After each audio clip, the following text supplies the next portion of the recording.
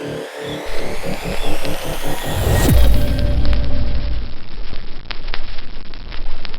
everyone. Welcome to today's episode of Talking Purple. I've got a lot that I want to go over with you guys today because there's a lot going on out there, from lawfare to mortgage fraud to our friend Mondami. Got a lot of things I want to talk about. Antarctic Frost, a little bit I want to touch on. And I'm going to put a little bit different talk on that. But I'm going to jump right in today. And before we go any further, I want to remind everybody in the country to get out and vote. Here in Texas, we have constitutional amendments that'll affect your property tax.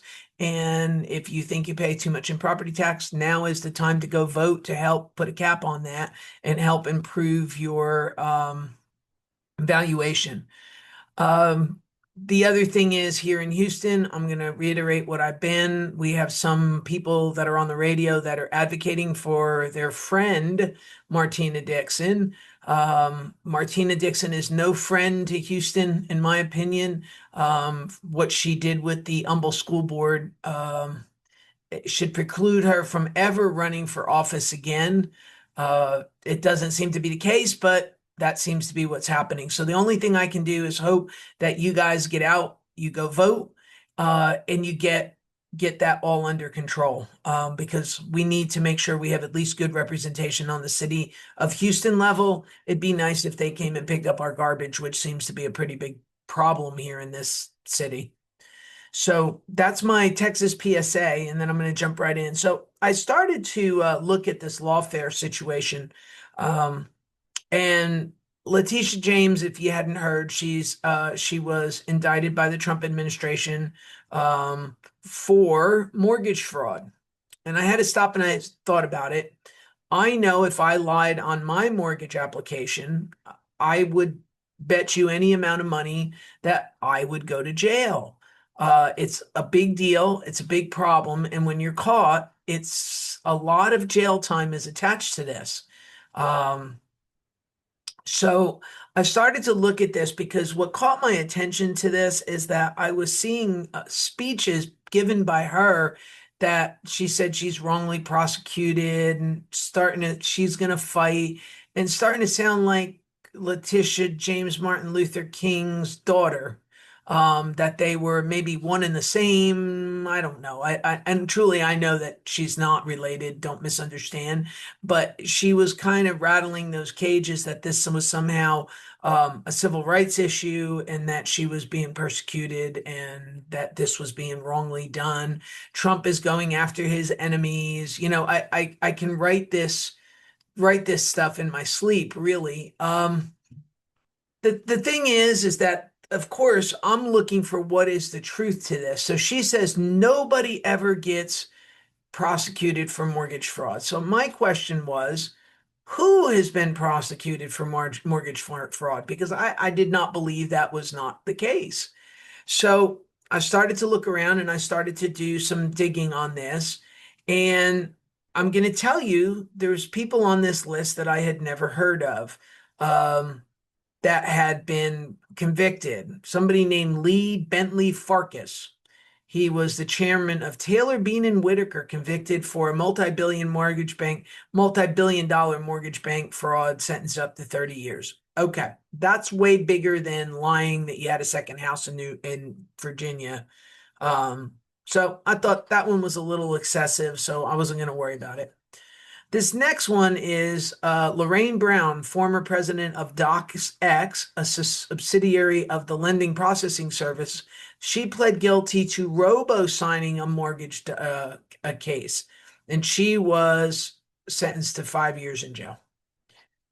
Next one is Charles Head, ran a national foreclosure rescue scheme. Anytime you see scheme, that's not on par with what we're talking.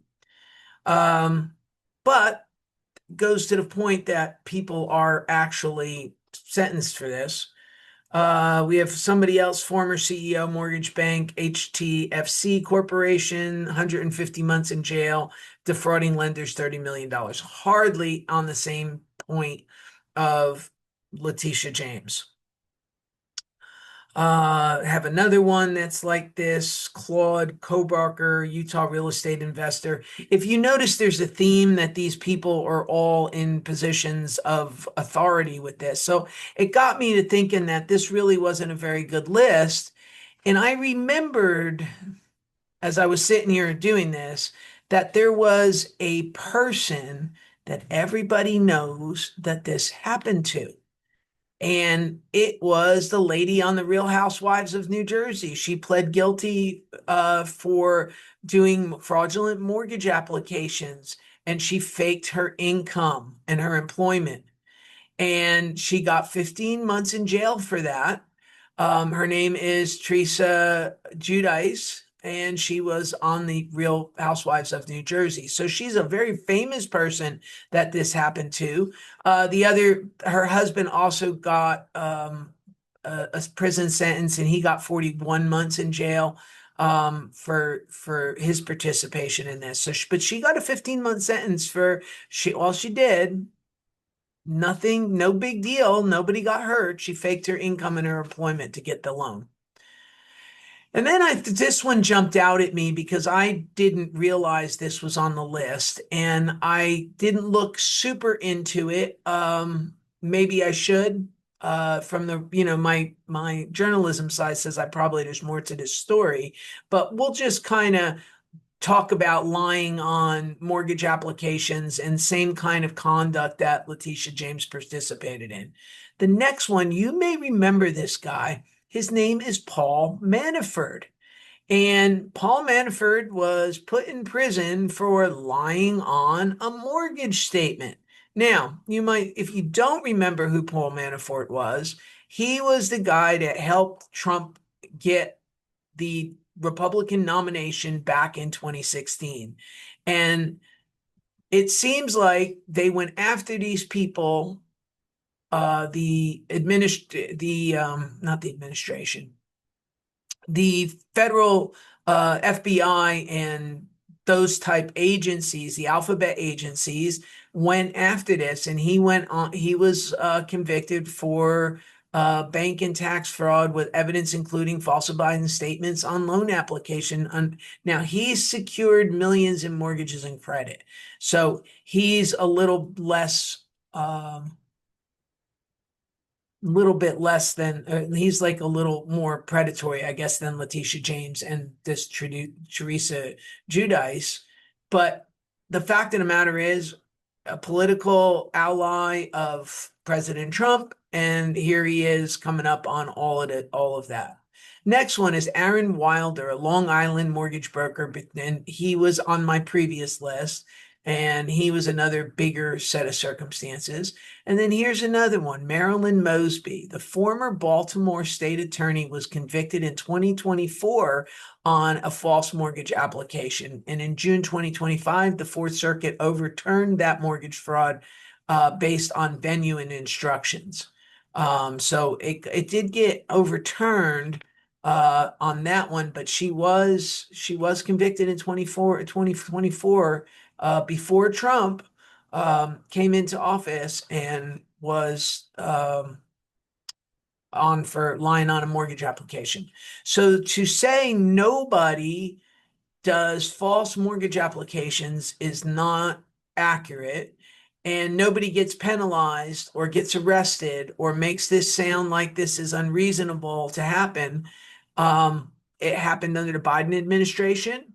It happened under the previous Trump administration. It happened under the Obama administration because in 2014, Obama was the president. So as much as we want to say these are all politically motivated, I think that the better way to look at some of this is if you're going to put yourself in a public eye, you probably need to make sure that your house is in order. And if you're going to go after people, expect that people are going to investigate you back, because you can't go after somebody for doing something and then expect that you're just going to be let off or somebody's going to look the other way. Now, we can all yell political motivation all we want, but the better thing to say is, look, if you're going to put yourself in the public limelight, keep your house in order. I have always had myself, I've always had some aspirations to do um, some political offices.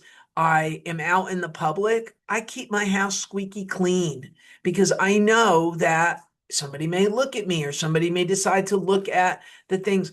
Never lied on a mortgage application. I've never done things that uh, were counterproductive to the law.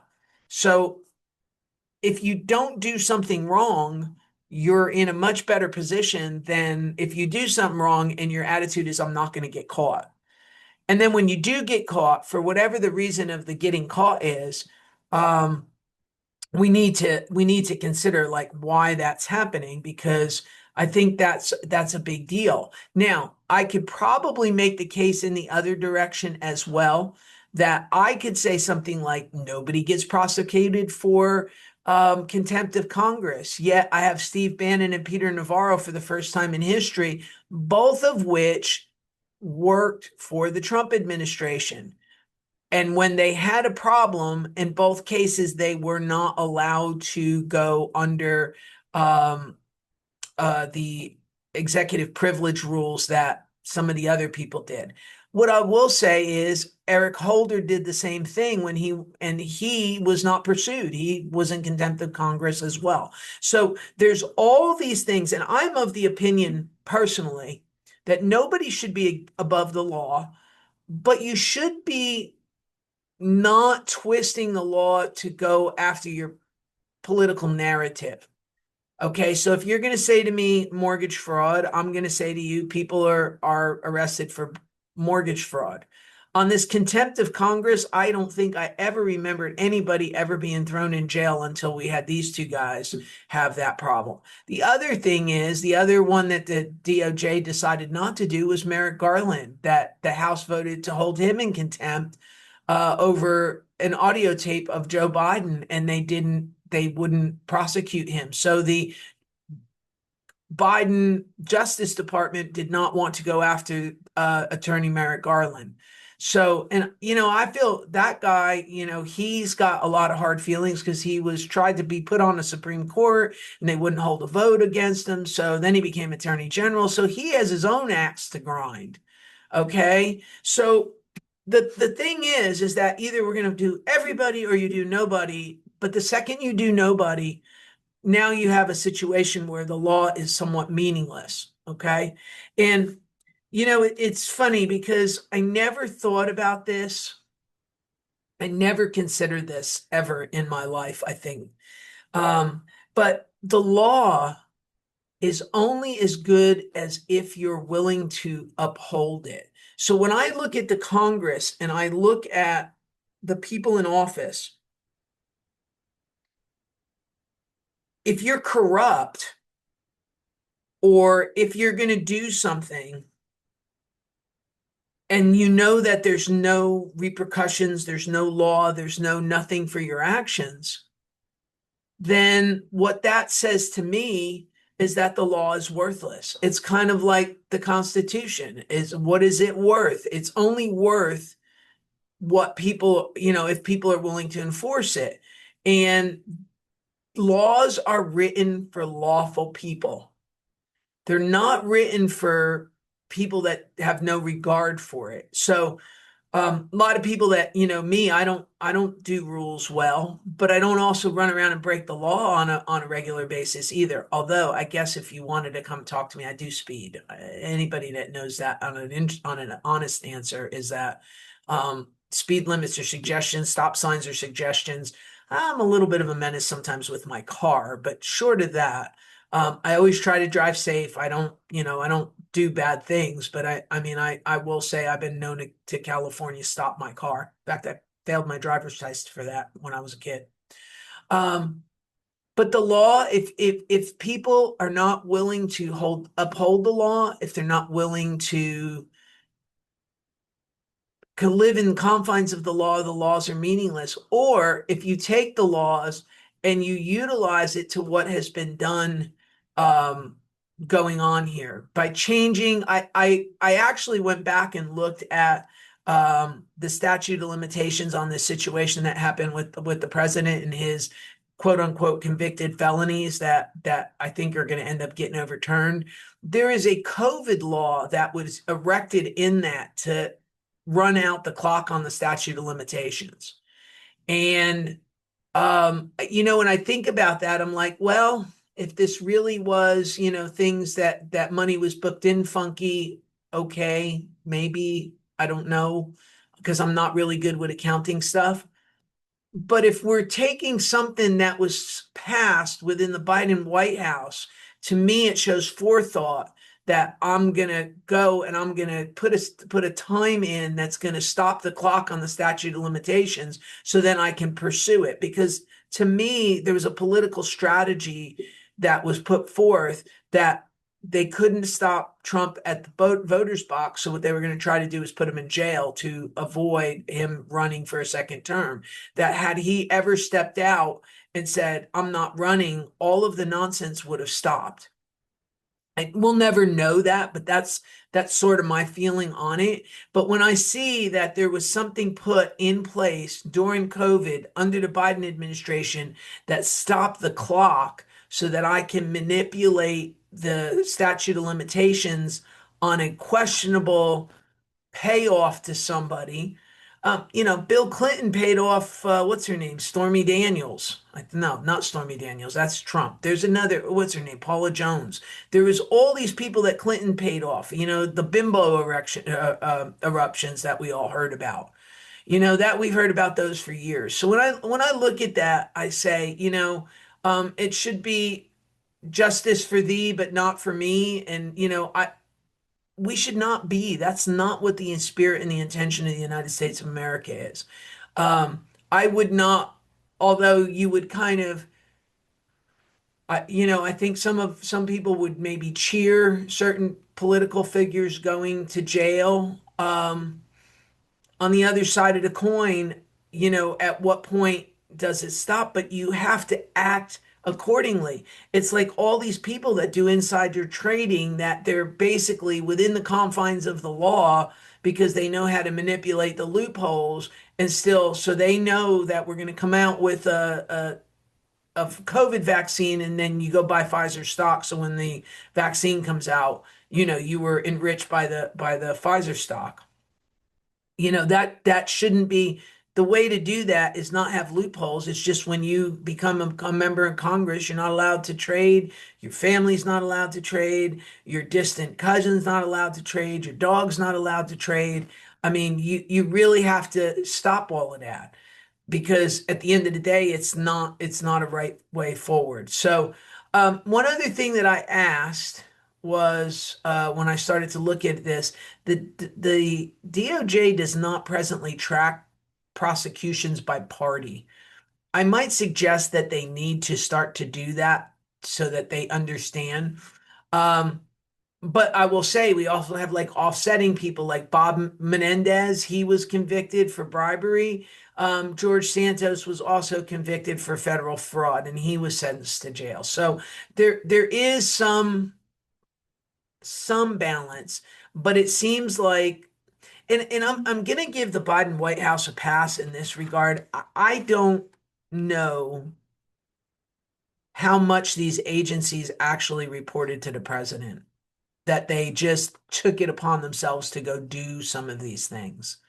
Um, I don't agree with, subpoenaing 197 people. And I was, I kind of am looking at this Arctic Frost thing. And we all grew up in the 70s. Well, not all of us, some of you may be quite younger, but I remember the Watergate trials on television. I remember the day Richard Nixon resigned. I'm not sure that I fully understood everything that was going on, and I came to understand it later on in life. But this Arctic Frost thing has the potential to be Watergate on steroids. Why the Democrat administration is wiretapping people. I have said this a long time, and I sent an email to Rush Limbaugh many years ago that pointed this out. And I'm going to say it now that I have my own platform to say it. I used to love The Good Wife. You guys need to go watch the last season of The Good Wife. It is exactly what's happened to President Trump. It literally is the script out of a TV show.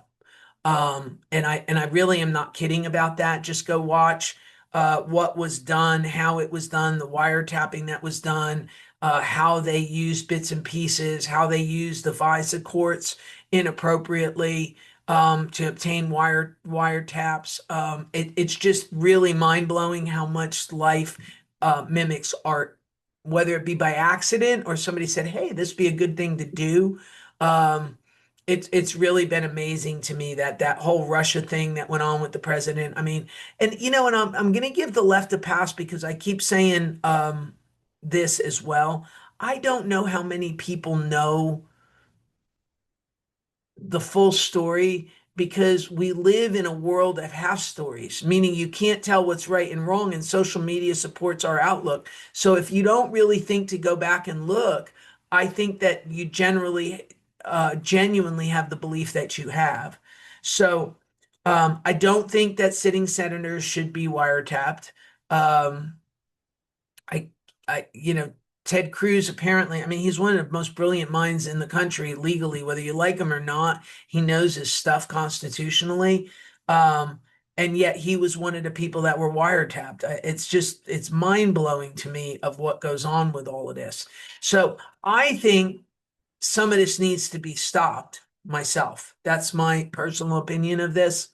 Um, but it needs to be stopped on both sides because all that's going to do is continue to ratchet up. I admired President Trump when he came into office and did not seek prosecution of Hillary Clinton. Whether you like it or not, whether you believe it or not, Hillary Clinton broke the law and President Trump walked away from it because it was what was best for the country to do that. Similar things, Gerald Ford did that with Richard Nixon back in the day when he pardoned him. It was because it was what was best for the country. Just let's do this, let's move forward, let's not pursue it. And unfortunately, we have this extremist viewpoint that's running around with inside of that we're so extreme, and notice I'm putting both hands up. That we have to do this. There's so much corruption out there. We've never pursued it. And I'm wondering if maybe we need to. I don't know. I'm not super thrilled with it. But what I am going to say is, and this is going to be I love the Constitution, and I know the Constitution far better than most people. Not a lawyer, not a constitutional scholar, but I do know the Constitution. And the one thing that I'm going to point out to everybody, and whether you want to believe this or not believe this, it'll be up to you. And I really seriously think you should go look into this. The power to appoint a judge was placed by the founding fathers with the Senate. And the Senate was not a political body at the founding of the country. So if you look through the job duties of the Senate, they were not political functions, meaning the appointment of a judge should never have become political. We should never hear whether it's an Obama judge, whether it's a Clinton judge, whether it's a Trump judge, whether it's a Biden judge. It should have never been politicized. And I mean that across the entire apparatus of the country. What derailed this is the original Constitution had the Senate elected by the state houses. They were not political. They were not directly elected by the people. The Senate was designed to represent the state, and the House of Representatives was designed to represent the people. Well, the 17th Amendment changed that back in the early 1900s, and I think that's where the Constitution derailed. That's where it got broken. That's where it is not fully functioning the way it should. And the best thing we could do for the country is repeal the 17th Amendment. That has been all this other aside, remove the deep state. This guy does this guy does that. It really comes down to the judiciary is now politicized because it's picked by political people, where it was supposed to be picked by the state houses. So the judiciary would be much more um, in the middle of the road than it is. And the reason it's not is because we have people being put up for judges that are being judged and appointed or approved by political entities. And that's where I think, the president should make his recommendations, and these people should be evaluated not from a political prism, but from their judicial records.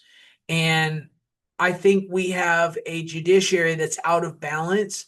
And what I think we're going to see is that anytime the country's got out of balance, right, what ends up happening is it goes to the far left or it goes to the far right, and then it bounces back. And when it bounces back, it bounces to the other side and it goes to their extreme. If you just think about a rubber band that when you let it go, what happens? That's what we're ending up with. And this is why we've ended up with these violent swings in the judiciary. And, and then there's also the whole premise of whether you believe the Constitution is amendable, if you believe the Constitution should be a living, breathing document, and is it a document of negative rights for the government, which basically it says, government of the United States of America, you can only do this, this, this, this, and this. And if it doesn't specifically say one of those things, then you can't do it. And right now we're not treating it that way. We're trying to write civil rights and lifestyle rights, and just as bad as prohibition was, at least they tried to make it a constitutional amendment, and then they repealed it because prohibition was handled properly. It was a lifestyle choice. You don't want people to drink. Okay, we banned it. It's now not, it's in the Constitution. 2/3 of the states approved it, and on we went. The Equal Rights Amendment, Illinois, all it'd have to do is approve it, and it would be in. But all these years, Illinois hasn't approved it. It has left it one state short of being approvable because it's a better issue to have. And it goes back to my statement, the same thing with DACA, the same thing with abortion, now with Obamacare. These all are, they want the issue, they don't want the solution. And I still keep saying that as citizens, we should demand solutions, not actions, because actions are not always solutions. Okay. Actions are, I'm running around and flapping my arms and I'm going to talk about something. Those are actions. I don't want actions. I want solutions. I want results. And we don't demand results and we don't ask for results. And therefore, this is what we have. And they don't want to give you results because then they don't have a talking point for their running for their office, or what we're doing wrong, or how they think something should be fixed. I mean, I think if you ask most people, the most people would say something legitimate needs to be done with DACA kids. All right. I mean, it's really not rocket science. You cannot pluck a kid that's been in this country for 30 years out and go throw them back to Mexico. You just can't do it. They don't know what to do. They never lived in Mexico. They speak English. Their culture is American, is United States culture. So what do you do to balance that? It's not their fault they came here. My opinion is you legalize every last one of them and you don't give them the right to vote. That's where you come up with a consensus. They become just legal, permanent residents, no different than I was when I was a baby before I was naturalized. You create a path to citizenship. So the people that are in this country that want to be citizens, there's an actual path to do. There's no path. If you come here illegally, there's no path for you to become legal, pretty much. It's just not a thing. If you overstay your visa, it's not you end up having to get deported over it. So I'm really, this is all falling into the same set of categories, that the judiciary is messed up because it became politicized. It should never be politicized. It should be impartial and fair, and it should be, justice should be blind. Okay. We should be using common sense to put stuff in. We shouldn't be standing behind somebody that we really wouldn't want to live next door to us just because somebody did something. If you don't want somebody to live next door to you because they're not a good person and they're a wife beater and they were deported, we shouldn't be embracing that person and saying he needs to be bought back. What are we talking about? I mean, are you willing to give your kid up? No, you live in protected neighborhoods. It's us slumps out here in the rest of the world that are living in unprotected areas. So, I've got to look at all of that. So that, the judiciary and the court system is a whole discussion all unto itself. But I did want to say that a lot of the issues that we're having with this lawfare is because the judiciary has been politicized, and it's been politicized because the Senate itself has become politicized. And in that vein, let's go right to the Democrat filibuster, day 30, that we're now having that going on. And there's a few things. The Democrats seem to talk about negotiation, but I think they're using the wrong word, and they're using capitulation. That's the word they should be using. They keep voting no on a clean resolution. The clean resolution doesn't solve problems. And what's interesting to me is the solutions, the things that they are sticking a pole in the ground on, they are things that need legislation brought up. They're things that need long-term fixes. Obamacare needs to be fixed. And I can do some of the things I saw on social media that says, well, no Republican passed Obamacare, no Republican passed the bill that made this premium credit. All these things didn't happen, right? And because they didn't happen, here we are. So, they want more because of a failed program that really needs to be looked at. I think there's a place for this exchange. I think there's a place.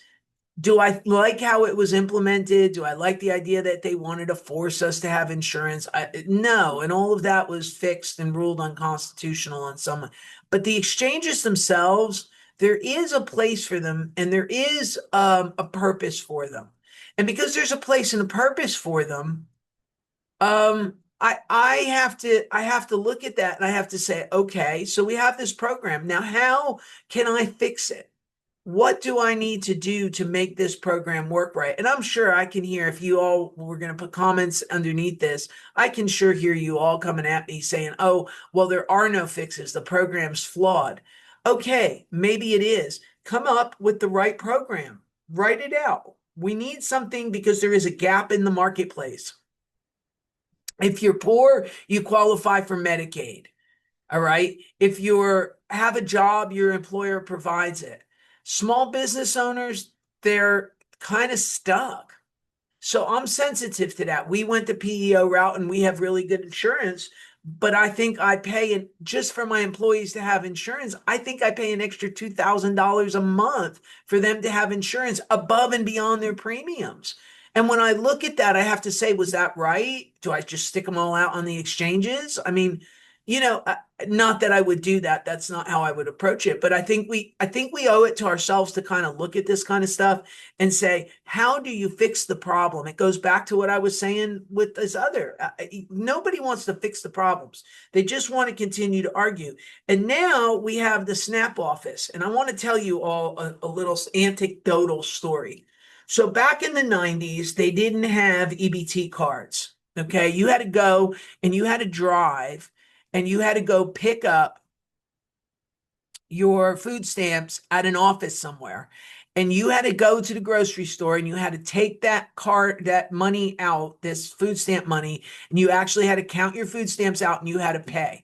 So there was an inconvenience to go picking them up, and there was an inconvenience and even I'm going to say on some level, a shame to using them. Okay. Now they don't know whether I'm using my bank card or I'm using an EBT card.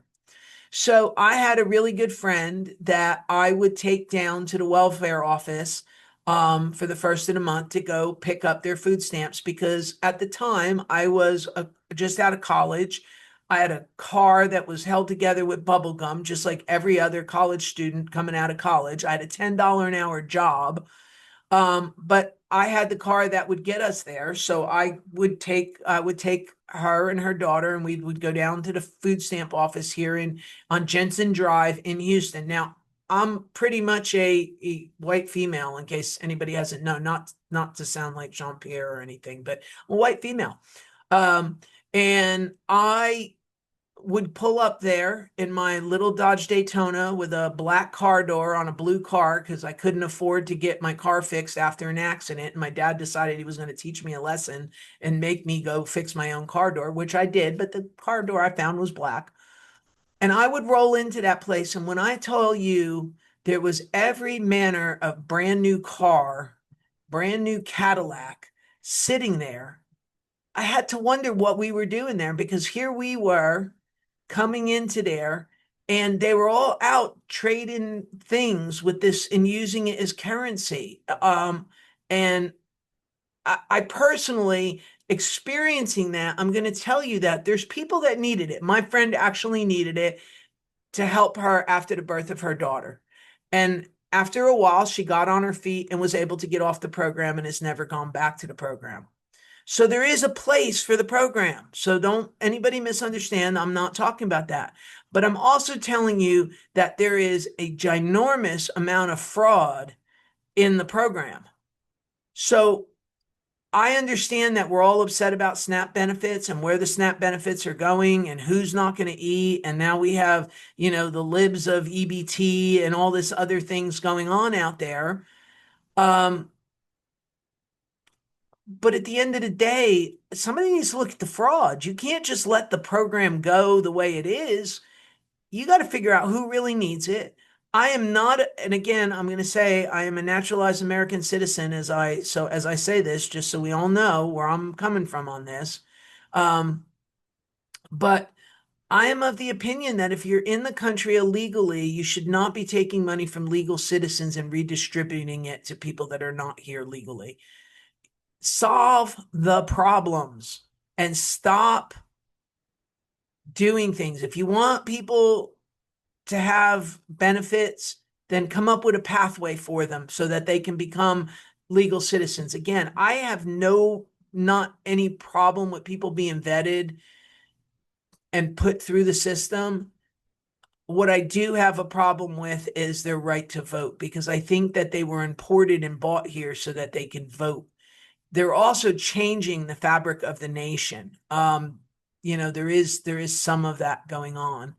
And it's always ironic to me because in the past, people would leave their country and come to the new country and they'd want to make the new country better. And instead, we seem to have a lot of people that want to talk about, well, the United States, it's so bad and I want to make it like Somalia. Okay, Omar, let's make it like Somalia. Get on a plane and go back to Somalia if you want to be in Somalia. You don't come and make Minnesota Somalia. I mean, I do not understand that. I came out of a very bad neighborhood. I don't bring my very bad neighborhood in Italy to the United States of America and say, I want that. I get on a plane and go back over there. All right. And we have a lot of that going on. Now let's run to my little friend Mondami, because he's another one. He's taken the culture of Uganda, the country he was raised in. He is seeming to associate with people that maybe are not people that are here because they're positive and happy about being in the United States of America. My personal opinion is if you're not happy being here, please go home. All right. I mean, why are you here? I just like Texas. I'm going to say I moved from New Jersey to Texas and I thought I was going to hate it. Okay. I mean, I made jokes about it forever. I'm like, where are we going? They're going to have cows running up and down the highway. I got here. Houston is awesome. It is a mini New York. It's more multicultural. It's got the symphony. It's got the theater. It's got boats. It's got oceans. It's got yacht clubs. It has the best Mexican food. It has borderline Italian food, but I can handle that myself. Um, so there's a lot of things here in Houston that I don't want to go back to New York. I'm really happy where I'm here.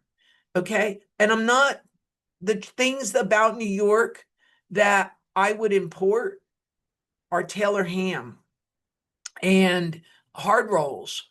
And let's see, what else would I import? I used to do 4C breadcrumbs, but my supermarket now sells them, so I don't have to do that anymore. But the fact of the matter is, it's in my house. I get up every morning, I listen to Q104 on the radio, just like I did most of my life growing up. Okay, so Jim Kerr has been on the radio since I've been in grammar school in the morning in my house. It still is. I'm not hurting anything or anybody with that. And I'm not trying to say to Texas, you must put Jim Kerr on the radio.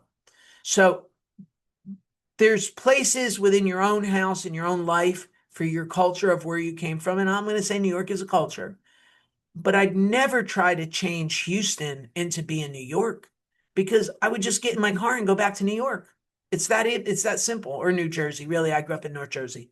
Anyway, so that's my thoughts for today. They need to work it out and put stuff together. They need to handle the government and stop the nonsense with this. You lost the election. Stop trying to make people capitulate at the harm of air traffic controllers, people that need their SNAP benefits, and every other government program that's causing problems. All right. So we've now moved out of the I can't go to Mount Rushmore and we're on to some other things here. But I mean, there's just let's stop already because it's not productive. And the more I see people are understanding, it's the Democrats that are saying no. It's not the Republicans not negotiating. The Democrats want what they want, period, end of story, and they're not going to budge until they get it. Well, my opinion is let's go nuclear and let's go down to 51 votes and call it a day. If you don't want to cooperate, that's fine. Let's go and just let's get on with it because this is stupid the way it is now. So that's all I have to say for today. Happy Halloween, everyone. I'm in I have to go to a party and they said, dress as your favorite Texan. I think they meant Davy Crockett, Sam Houston, Remember the Alamo. You asked me to dress as my favorite Texan. I'm going to put my JJ Watt jersey on because he's the best Texan there ever was. And he's actually probably a pretty awesome human being as well. So anyway, that's why I have my Texans jersey on today. And off I go. So you all have a good one. Happy Halloween, and we will see you next time.